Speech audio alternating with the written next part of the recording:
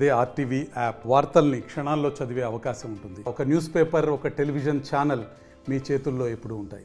Media అనేది దేశంలో రాష్ట్రాల్లో కూడా ఒక తీవ్రమైన ఒత్తిడికి గురవుతుంది. ఎందుకు ఇంత ఒత్తిడి జరుగుతుంది? ఉదాహరణకు ఇండోర్లో చాలా ప్రముఖమైన కార్టూనిస్ట్ మాలవీయ అనే ఆయన్ను అరెస్ట్ చేశారు.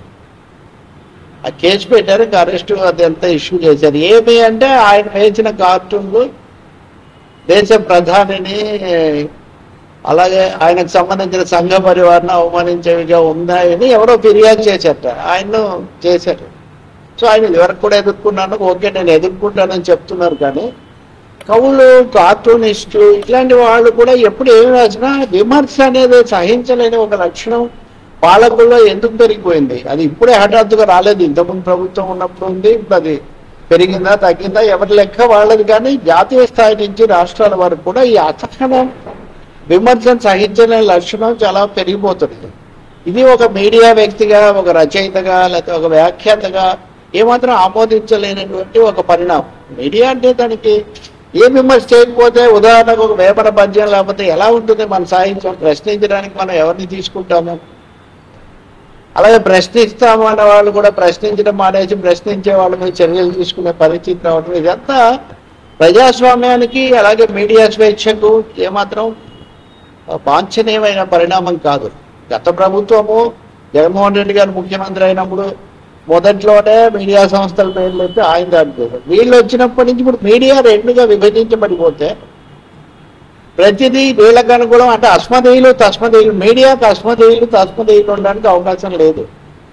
మీడియా అనేది ఎవరు అధికారంలో ఉన్నా ఎవరు ఉన్నా వాళ్ళు చెప్పాల్సింది వాళ్ళు చెప్పాలి తప్ప కార్టూనిస్టుల మీద కేసులు పెడితే, ఒక ఈనాడు శ్రీధర్ లేకుండా, ఒక మోహన్ లాంటి కార్టూనిస్ట్ లేకుండా, లేదా ఒకప్పుడు పాపాన ఎవరో లేకుండా మనం ఎలా మన సంస్కృతిని, ముళ్ళపూడి వెంకటరమణ వ్యంగ్య రచన చేయకుండా ఎలా జరుగుతుంది? కాబట్టి భావ ప్రకటన స్వేచ్ఛ, విమర్శన స్వేచ్ఛ, దీని మీద జరుగుతున్న దాడి చాలా ఆందోళన కలిగిస్తుంది. ఇది ఏమాత్రం ఇలా పెరిగిందంటే రాను రాను మరింత సంకుచితత్వం ఏర్పడుతుంది. ఇది అన్న తర్వాత నేను కర్నూలుకి వచ్చిన తర్వాత చూస్తే ఇక్కడ కూడా ఆయన ఎవరో వెంకటేశ్వర్లు అనే కవి రాసినటువంటి ఒక కవిత కూడా ఆయన తన భావాలు ఆయన ప్రకటించారు.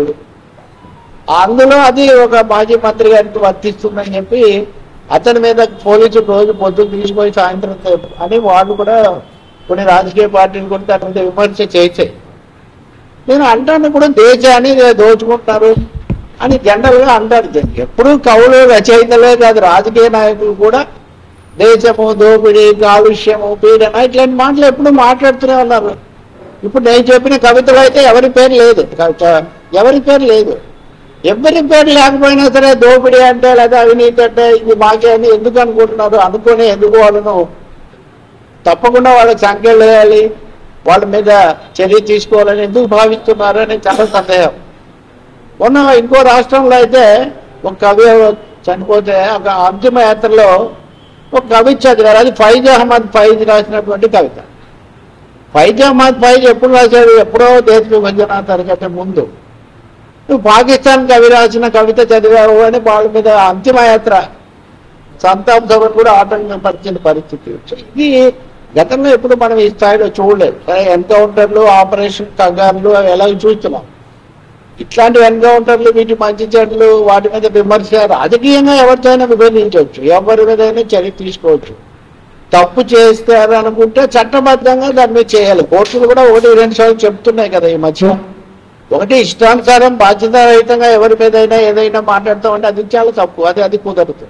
కానీ అదే సమయంలో విమర్శనే తట్టుకోలేము కాబట్టి ఏ విధంగా అయినా మేము చేస్తాము అని చెప్తే కూడా అది తప్పు. ఇప్పుడు ఒక్కొక్కరు ఒక బుక్, ఒక ఆయన రెడ్ బుక్, ఒక ఆయన పింక్ బుక్, ఇంకొక ఆయన సఫ్రాన్ బుక్.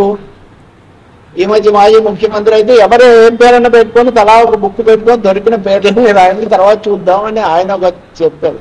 సో ఈ వాతావరణం నుంచి మటుకు బయటకు రావాల్సిన అవసరం ఉంది. మరిన్ని వీడియోస్ కోసం ఛానల్ ని సబ్స్క్రైబ్ చేయండి, లేటెస్ట్ అప్డేట్స్ కోసం వాట్సాప్ ఛానల్ ని ఫాలో చేయండి, అండ్ లింక్ డిస్క్రిప్షన్ లో ఉంది.